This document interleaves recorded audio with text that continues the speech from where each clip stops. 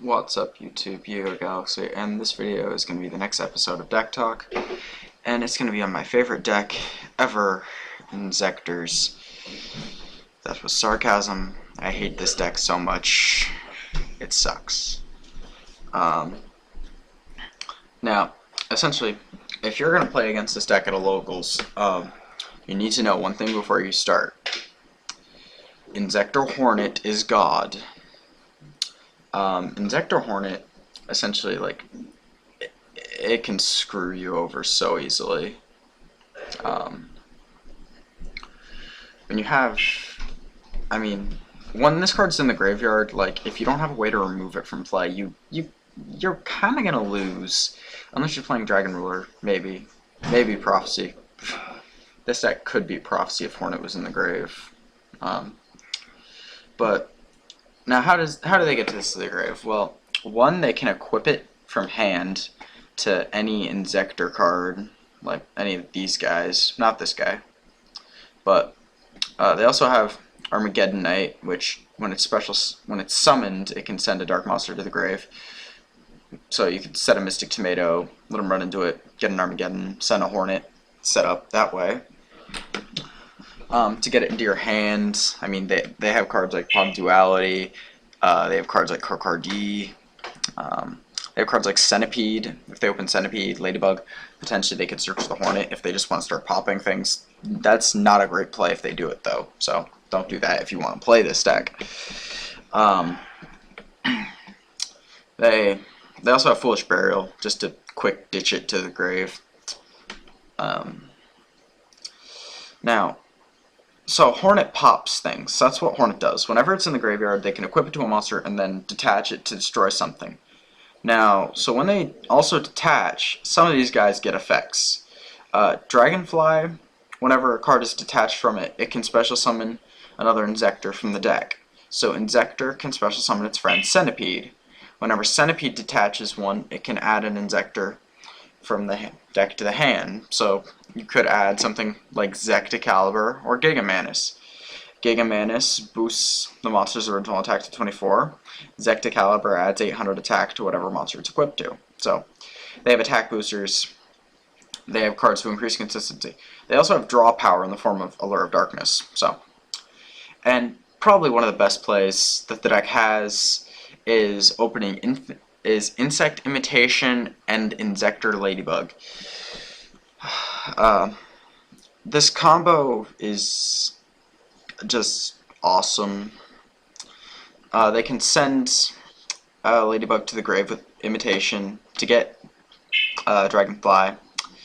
Use Dragonfly's effect, equip Ladybug, use Ladybug's effect, detach it, increase Dragonfly level by 2, special summon Centipede, do it with Centipede, add whatever they want, like a Gigamantis maybe, whatever. But the deck is very graveyard reliant. Other than that, it just has standard stuff. Lances aren't standard, I guess. Some decks don't play them. It's just good for them. Lets them attack over things. Tour Guide it's good. The rest is kind of staple-ish. They play Wabakus. I know they do it for a similar reason to why they played Threatening Roar. I think it's because if you attack and you attack into a bigger monster, you won't take any damage. But, I never actually fully understood the whole reason of why they're playing Wabaku now over T-Roar. I guess it's because you can use it on your turn too. That's what I'd guess. And then they have Solemns. That's essentially it. They can use Imitation to get anything, so they could tribute a card to get a Dragonfly, or they could tribute a Dragonfly to get a Hopper. So, Hopper. This card also allows you to attack directly with a monster. I guess, yeah. So, yeah. Now, that's what the deck does. It's very graveyard reliant, and it will try to kill you through popping, adding, specialing, drawing. It's a pretty fast deck. Now, what are this deck's flaws? Its first flaw, very graveyard reliant. Hello, Macrocosmos.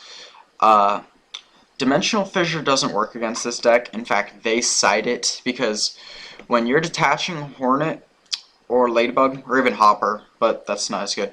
But when you're detaching these guys, they are considered spells, so they do not get banished because of defissure. They are not monsters at that point, they are spells. So, Macro, it just shuts the deck down. It really does. Also, Dark Armed is like awesome for them because they have so much graveyard manipulation. But again, Macro kind of hurts that too. Another way you can really hurt them, Fiendish Chain. Anything that negates effect. Fiendish Chain and Effect Failure. Because if they can't get their effects off, they're not going to be doing anything like, I want to use Dragonfly's effect, I'm going to negate it. Okay, well, now you have a weak monster on the field, and yeah. If it's Fiendish Chain, it can't use its effect ever, so.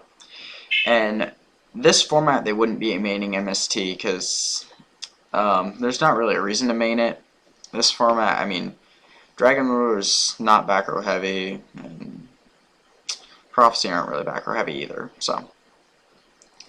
They wouldn't really be expecting some of these cards game 1 or 2, maybe game 2.